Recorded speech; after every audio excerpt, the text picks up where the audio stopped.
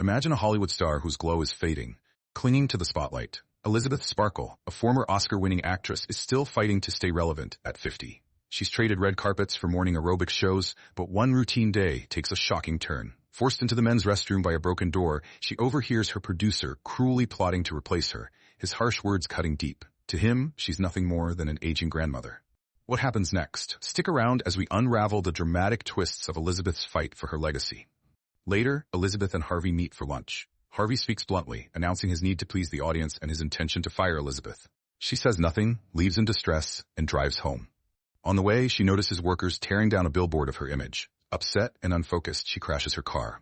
Some time passes and she awakens in a hospital bed. A doctor mentions that his wife is a fan of hers, and though Elizabeth is physically unharmed, she begins to cry. A young male nurse tries to comfort her, examining her back curiously and remarking that she seems like a good candidate for something. He hands her jacket back and assures her she's fine. After leaving the hospital, Elizabeth discovers a USB drive in her jacket pocket, along with a note that reads, "It changed my life." Back at home, she inserts the USB into her TV. It displays an advertisement for a product called the Substance. According to the ad, this product can create a perfect clone of a person, an identical younger version. Both versions are one and the same individual, and they must switch between their younger and older selves every 7 days. At first, Elizabeth finds the concept ludicrous and discards the USB. But after reconsidering, she retrieves it. She calls the number written on it and tells the operator that she wants to order the substance. The operator asks for her address, then gives her an address to go to, and abruptly hangs up. The next morning, she receives a key card labeled 503 in the mail. She follows the operator's directions and arrives at a suspicious alley, opening a locked gate with the key card. Inside, she finds a spotless room lined with lockers. She locates locker number 503 and retrieves a package. At home, she opens it immediately. Inside are neatly arranged components: an activator, a stabilizer, a switch kit, prepared food for both versions, and detailed instructions. The instructions emphasize that the stabilizer must be taken daily from the primary person, that they must switch bodies every 7 days, and that both versions must remember they are one and the same individual. Elizabeth goes into her bathroom and injects herself with the green activator liquid.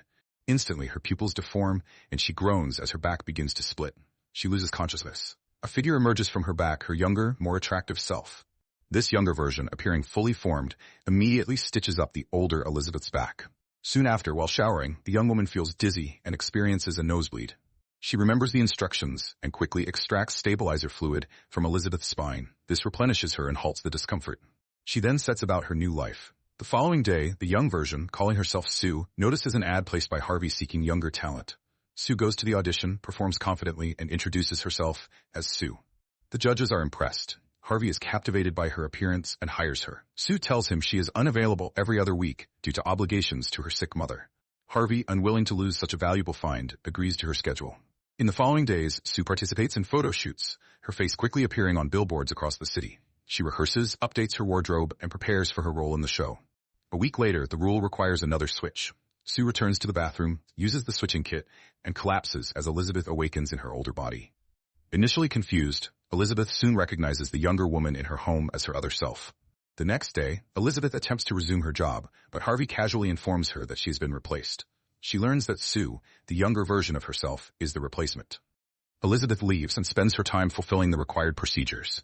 She follows the schedule, watches television, and collects refills of the substance kit for the next switch. Her days become routine, and she appears to lose motivation, simply waiting for her week to pass. After another cycle, Sue returns. This time, she is more successful than ever. She lands commercials, participates in photo shoots, and rises in popularity. One evening, she brings a young man home. Suddenly, she experiences a nosebleed and realizes it is time to switch. Instead of following the procedure immediately, she decides to take more stabilizing fluid from Elizabeth's body, and she continues her night as if nothing happened. When Elizabeth reawakens, she discovers one of her fingers is decaying. Alarmed, she calls the operator. She explains that Sue abused the rules, took more fluid than allowed, and now her finger is rotting. The operator says there is no way to fix it. He reminds Elizabeth that both parties must respect the instructions. Elizabeth, frightened, acknowledges there is no solution and must continue as is. In the following weeks, Sue's fame soars. Harvey praises her, noting that ratings have skyrocketed. She is chosen to host a New Year's program in a few months. To maintain her perfect appearance, Sue begins extracting even more stabilizer fluid from Elizabeth. She extends her time as the younger version, repeatedly neglecting the scheduled switch. Elizabeth's body suffers heavily. She ages beyond normal limits. Her hair and teeth fall out. Her flesh decays. Elizabeth begs the operator for help, but he tells her it's their own problem. She can end it at any time using a termination kit, or she can keep going. Elizabeth still refuses to let go of her younger self's success. As time passes, Elizabeth's conscious periods devolve into heavy drinking and binge eating. Sue complains to the operator about Elizabeth's behavior, claiming she is working hard every week while Elizabeth indulges. The operator reminds Sue that both versions are the same person and must maintain balance. Still, Sue pushes the limits further. She extracts a large quantity of fluid from Elizabeth and stores it, hoping to prolong her time as Sue indefinitely. 3 months go by. Sue now has a boyfriend and remains in the apartment, preparing for her big New Year's Eve performance the next day. Suddenly, she suffers a severe nosebleed and feels gravely ill. Rummaging through her reserves, she realizes she has used all the stabilizing fluid. In desperation, she calls the operator, pleading for more. He refuses, reminding her that Elizabeth is the only source and that they need to switch if she wants to survive. Sue insists she has an important event tomorrow, but the operator simply hangs up. Weak and dizzy, Sue crawls into the bathroom.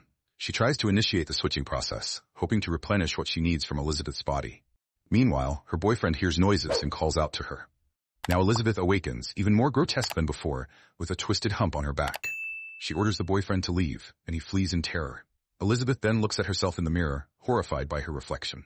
She grabs the phone, calls the operator, and says she wants to stop everything. The operator instructs her to retrieve a termination kit from her locker and then disconnects. Elizabeth goes back to the lockers and returns home with the termination kit. She drags Sue's unconscious body into the living room and prepares to inject the termination fluid. Before she can finish, she notices a bouquet and a note wishing Sue good luck for the upcoming event. This sight compels Elizabeth to stop. Instead, she tries to revive the young woman. In that moment, Sue wakes up. The half-injected termination serum has caused a malfunction, allowing both of them to be awake together. Realizing what Elizabeth intended, Sue becomes furious. She attacks Elizabeth with savage force. A violent struggle ensues until Sue overpowers and kills Elizabeth. With the older version now dead, Sue prepares for her big night without remorse. As night falls, Sue dons a stunning gown, but her deteriorating health worsens without fresh stabilizer fluid. In the bathroom, her teeth fall out. On the elevator, her fingernails and even an ear detach. Panicked, she rushes home and injects leftover activator serum, hoping to fix everything. Instead, her body twists in agony, birthing a grotesque creature monstro Elisa Sue emerging from her spine. The monstrosity, a fusion of Sue and Elizabeth, bears distorted faces, extra limbs, and multiple eyes. It wears Sue's dress, cuts out Elizabeth's face from a portrait to use as a mask, and adorns itself with lipstick and diamonds. Ready, it heads to the event. At the New Year's Eve gala, the audience awaits Sue, but is horrified by Elisa Sue's arrival.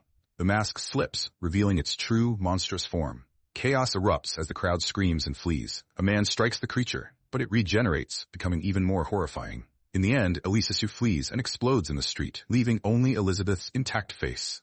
The face crawls to Elizabeth Sparkle's star on the Hollywood Walk of Fame before melting away. By morning, a street sweeper erases the last remnants, leaving behind only a faded, cracked star, a haunting reminder of a desperate pursuit of eternal youth gone horribly wrong. Thanks for watching.